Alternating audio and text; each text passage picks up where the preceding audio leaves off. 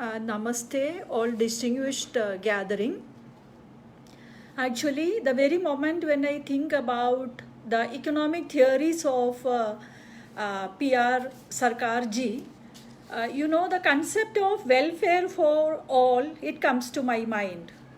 We are aware of the fact that welfare can be expressed or welfare can be attained in two different ways.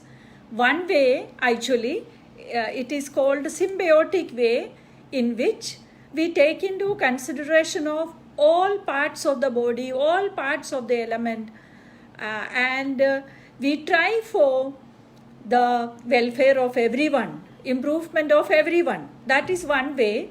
And the second way is the Darwinian way, in which one competes with each other, one tries to put the other one down and struggle for survival or struggle for existence occur in that case.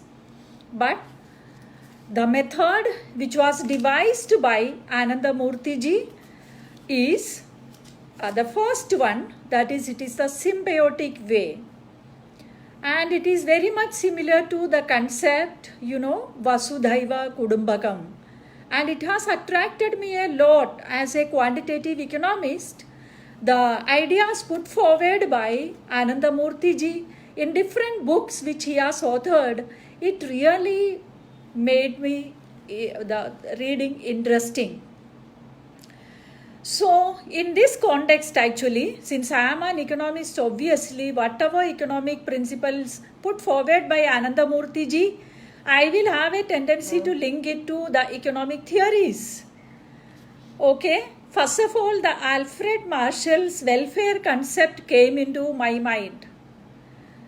You all are aware of Alfred Marshall, who is the pioneer neoclassical economist. He was born on 26/7/1842 at UK, and his life ended on 13/7/1924 at Cambridge. During this span of time, he came out with a very celebrated book called Principles of Economics in 1890. Actually, we can see that the welfare concept of Alfred Marshall, it got extended to the realm of humanity. How government might intervene to improve the social welfare, that is what he tried to proclaim. And in the same way, if we consider the teachings of Anandamurthy ji, his concept also was the same. Or we shouldn't say it was the same. His teachings, even now also it exists. It is exactly the same. How Marshall devised in the same way how government should improve the interference in uplifting the social welfare, and how the welfare concept and humanitarian concept, all these are interlinking. So these are the essential things which came to my mind. Again, in this context, another economist, Vilfredo Pareto, who was an Italian engineer, basically his profession was in engineering, and he proclaimed lot of theories in sociology, so he was a sociologist also.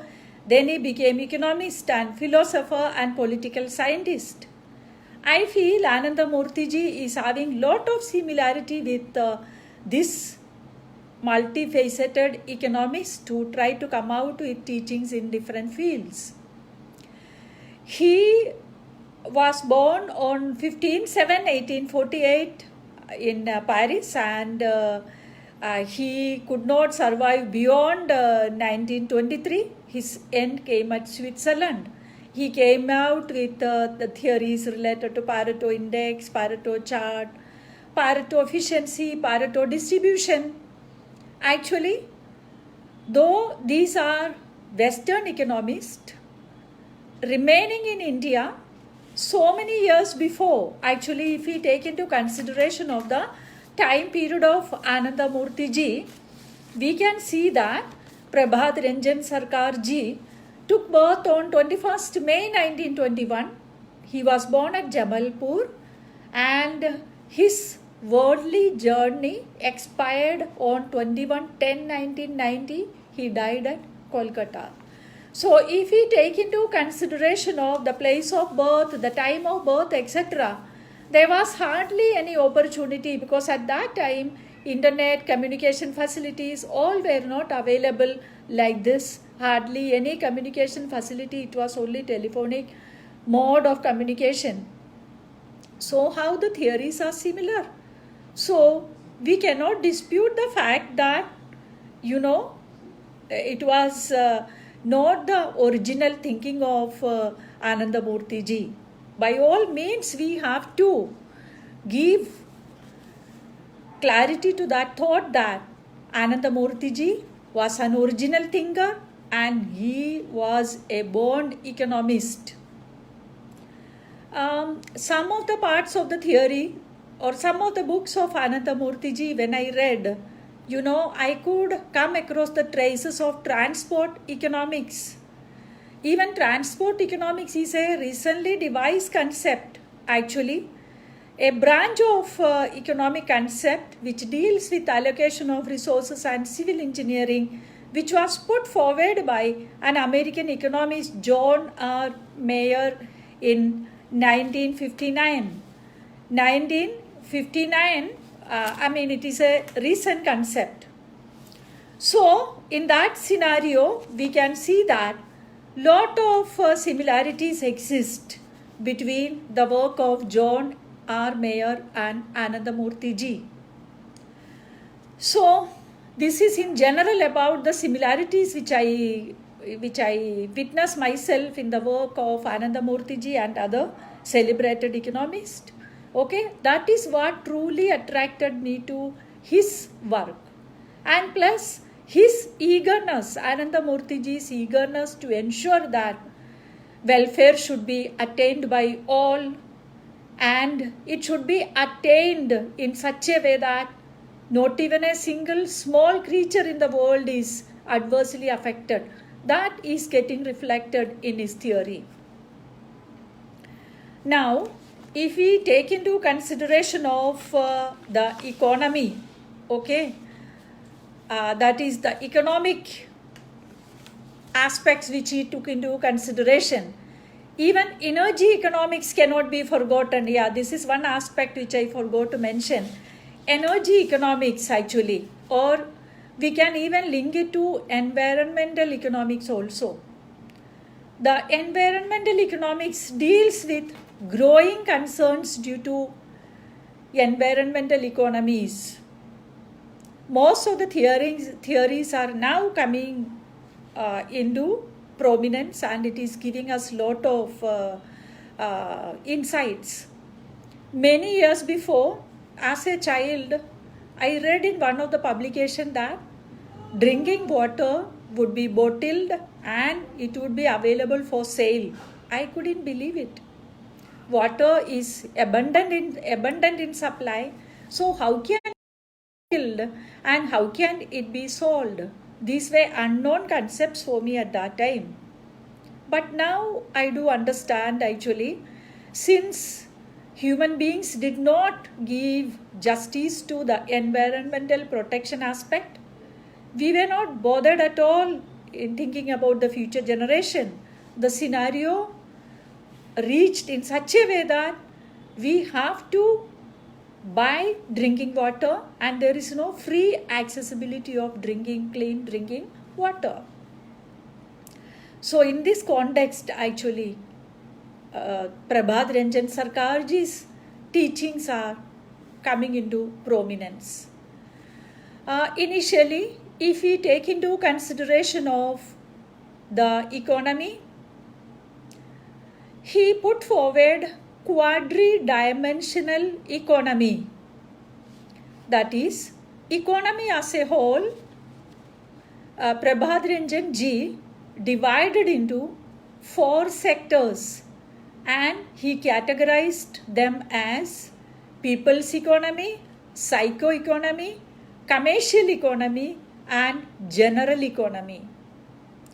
Actually, while considering these four aspects of quadridimensional economy, we can see that people's economy and psycho-economy were not at all considered by anyone. People don't even know about it. We know very well about commercial economy and general economy. Okay? So, people's economy, let us examine what he devised by the concept of people's economy. In people's economy, Anandamurthy ji came out with the explanation of essential needs of people. He visualized such a scenario that production, distribution, marketing, shipping, storage, pricing, sales, all these should be categorized under people's economy. And also, he advocated for guaranteed provision of minimum requirements. That is, every individual should be ensured about the provision of minimum requirements. If you ask any economic student what are the minimum requirements of an individual, he or she will immediately answer food, clothing and shelter. But Anandamurthy ji, during his period in which the economic theories were not so much widespread like today, he added provision of education, medical help, facility of transport, availability of water and even energy. So we can think how far-sighted was his vision and how much he thought about the mankind and their accessibility to the needs, varied needs. Now, when we take into consideration of minimum requirement, okay, we have to ensure minimum requirement by guaranteeing the purchasing capacity, which is the cardinal right of the people. Okay? Only when purchasing capacity is associated with fundamental or cardinal right, we can see that citizens get legal power. And Sarkarji visualized that development of both private and cooperative industries should be promoted. Private industries, according to Anandamurthy ji, private industries should be small or limited in size. The idea was the monopoly and even exploitation should be avoided. That was his noble idea. And he encouraged the cooperatives with the aim to ensure collective responsibility. And he devised the concept employment for all. Actually, in this context, Smith and Ricardo, the father and grandfather of economics, come into my mind. Whenever the economics theories are taught in classes, always we start with the great grandfather of economics, who is Adam Smith, and then the father of economics, Ricardo. So employment for all, even though Anandamurthy ji realized that it is a very difficult task, it is hardly possible to attain such a task. Even then, he had such kind of dream in his mind. And not only he had the dream, he put in all efforts through his writings, through his preaching, and by putting into practice, he tried to make it a reality. Now, if we take into consideration of the means advocated by him to provide employment for all, basically, he propagated two different programs. First of all, the eradication of poverty, And secondly, development of rural economy. We are very familiar with IRDP scheme, which was devised by Government of India somewhere in 70s, I think 1976, 78 period it came into existence. And many programs government devised. And now if you take into consideration, Modi ji's government is also very much ahead in coming out with all rural rural upliftment related programs and even eradication of poverty related aspects. Pradhan Mantri Gramin Awas Yojana, then Pradhan Mantri Jan Dhan Yojana, all these have got lot of popularity, and poor are praising the government like anything for these policies. Actually, when go through the writing of Ananthamurthy ji, definitely tend to doubt whether all these policies which was devised in India and all over the globe, whether these are having genesis in Ananthamurthy ji's policies. Think about World Bank. World Bank is committed to eradication of poverty. Several poverty eradication related programs are devised by World Bank, IBRD. So we can see the reflection of Ananthamurthy ji's thinking in these realms. And yet another thing, in order to provide employment for all, Ananthamurthy ji propagated training for skill development. Actually, he advocated the thought process that employment should be available in the nearby locality, and generation of cheap power and supply of electricity, all these were his concept. And if employment is available in the nearby locality, even power supply and supply of electricity, all these can be improved. That is what he visualized. Now, while training for skill for attaining employment, he came out with several ideas. And recently, when I was reading the Skill Development Report of Government of India, government came out with the estimation that 24 different skills are lacking among the Indian youth. Actually, those who are unemployed, they are abundant, but when we want to appoint them, they don't have required skills. It is such a tragedy.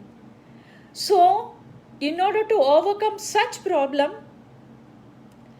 Sarkar ji was having clear-cut solutions well in advance. And as I told you about the skill development report, it points towards the need of 24 different skills. And if such skills are developed, then 109 million people will secure employment in India, within India. They don't have to migrate out of India. And traces of this I could see even in the new education policy devised by Government of India. The recent one, the policy which is released by His Excellency Prime Minister Modi ji's government, it is the third NEP, third educational policy.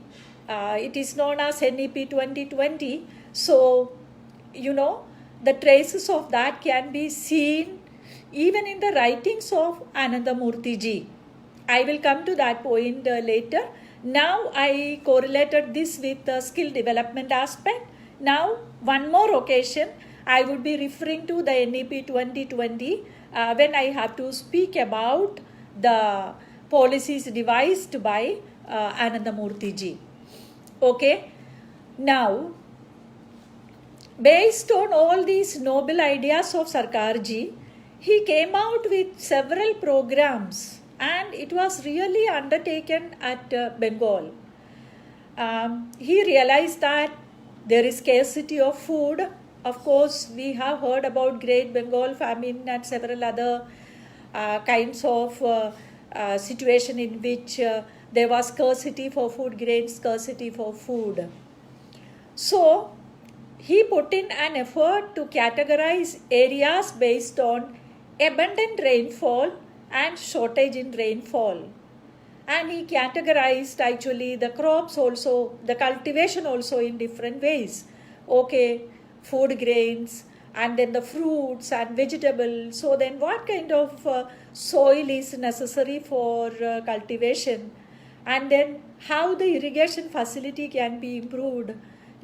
For that purpose, Ananda Murthy ji suggested several kinds of irrigation, that is lift irrigation, tank irrigation, shift irrigation.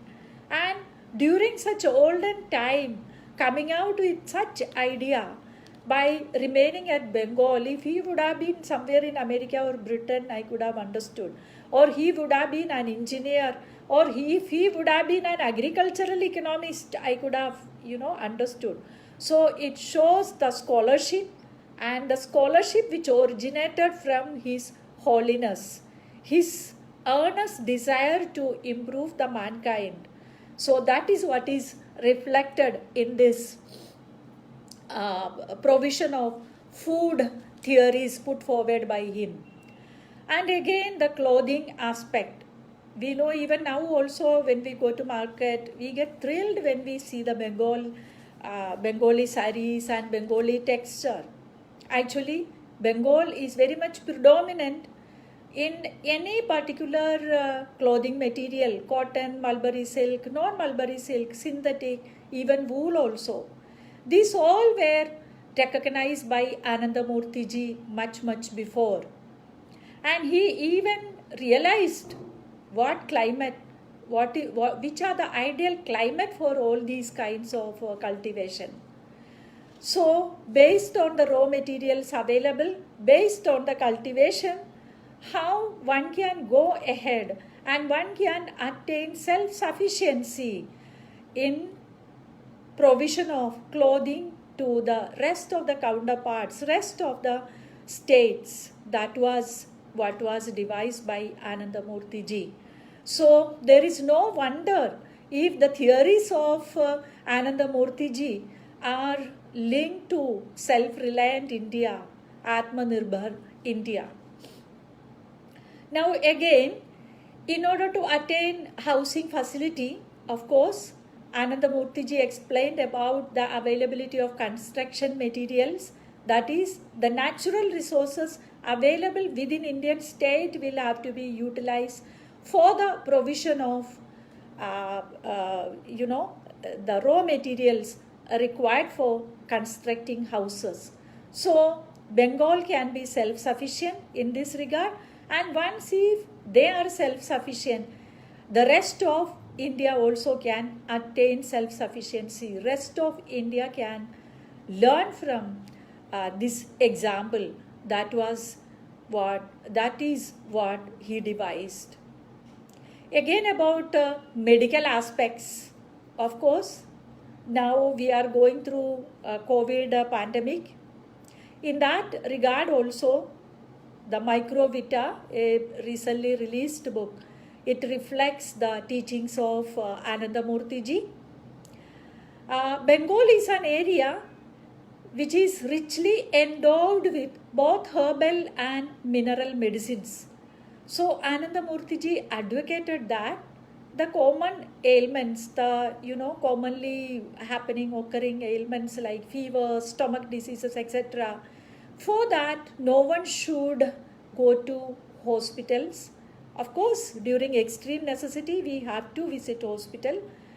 No one is against it, but these small ailments can be cured with the help of the herb cultivation or the herbs which are available within the state or even outside state also.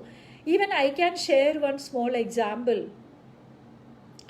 People are generally under the feeling that kidney stone, in order to remove kidney stone, we have to go to hospital. It can be removed only surgically. This is correct only in the case of very large stones.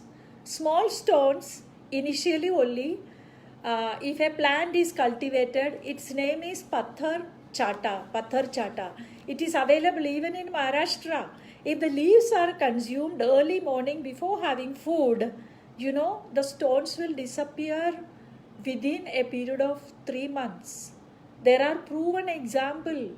The stones originated and the stones disappeared. It was scientifically proven.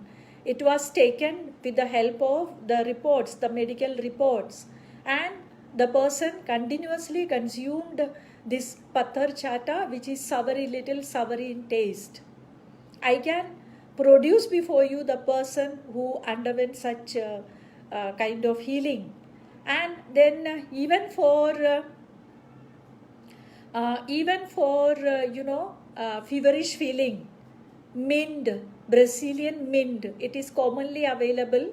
Of course, no one needs to cultivate, it is available. One can just keep one stem of such a plant, it will become widespread. Like that, several herbs are there. So we have to originally maintain our immunity by taking allopathy kind of medicines. What happens, our immunity is adversely affected, and plus it results in lot of wastage of money also. More than money, of course, it is giving us side effects. So this herb cultivation, which is advocated by Anandamurthy ji, definitely it is an example which we can follow everywhere throughout India. And even abroad, now people are aware, even medical doctors, they are not denying the role of curing of herbs in certain kind of diseases. So if my knowledge as an economics professor, if my knowledge is this much, one can imagine a botanist or a scholar like Anandamurthy ji, how much in-depth knowledge they would have about medicine. Then about education, this is a context in which I want to link to the present new education policy, NEP 2020 of India. Actually, Anandamurthy ji devised the concept that the child, when he goes to school, initially he should study in mother tongue, because it is very easy for him to understand the concept. If it is explained in mother tongue, he doesn't have to revise the portions after coming home. Now we know what is happening. The children during very young age, when they are infants only, they start going to school and they try to, by heart whatever they study in school. So often I used to wonder why they have to undergo such kind of hectic life during childhood. Childhood is meant for enjoyment. So exactly the same thing is devised by NEP 2020. And even Anandamurthy ji, several years before, he devised such a concept that mother tongue should be the natural medium of expression of a child. It doesn't mean that he shouldn't study English. Of course, in order to open the doors of education at the global level, he has to master in English language also. Several theories, several books. So English as the secondary medium of instruction he advocated. And again, after English, even to understand the cultural heritage of India, cultural heritage of the states, the child has to study Sanskrit also. Of course, this is a very appealing kind of, planning about education. So, then energy and transportation. Obviously, no one will dispute the fact that for transporting the raw materials to place of production, or for delivering goods and services from the place of production to people, transport system should be very well developed. And he advocated all sorts of system of transport. He was of the view that transportation medium, all different modes should be promoted. And also he propagated that various types of power should be generated. That is hydro, electricity, thermal power, tidal power, wind power, all these will have to be experimented, and we have to make our country self-reliant in this regard also. And then when we come to the realm of psycho-economy, I feel it is more related to behavioral economics. That is, in behavioral economics, what governs the decision making, what is the mental state, and then how the mental state can be molded, all these aspects come across. One step ahead, Sarkarji came out with such a decision that in decision making, no one should be guided by the... So I wanted to, speak about the commercial economy. So commercial economy deals with scientific, efficient methods of production, distribution, etc. This we are very well aware. So the scientific and efficient methods of production and distribution will have to be encouraged. That was the view. And as far as the general economy is concerned, the Proud theory, the Proud theory is the contribution of Anandamurthy ji. I feel if I get a good economics student, definitely I would encourage him or her to undertake research in Proud. Proud is such a theory which visualizes a three-tiered industrial structure, that is government-owned industries, cooperative-owned industries, private sector-owned industries, all these. And the key industry should be vested with the government, and there should not be any profit or no loss kind of approach. And again, maximum utilization and rational distribution of all resources will have to be encouraged. That was the aspect related to general economy. Now, he advocated the need for balancing the economy. While balancing the economy, if any river changes position or if any river is getting dried up, so it is an indication that we are dealing with the environmental balance, so proper care will have to be taken. That was his view. So if we consider actually, the examples which he has given or the statistical examples which he has given, that is 30 to 40% of the people will have to be contributed in agriculture, and 20% of the people, they have to be contributed in agro industries, 20% will have to be concentrated in agrico industries, then 10% should be in trade and commerce, 10% should be in white collar jobs. These are the percentages given by Anandamurthy ji.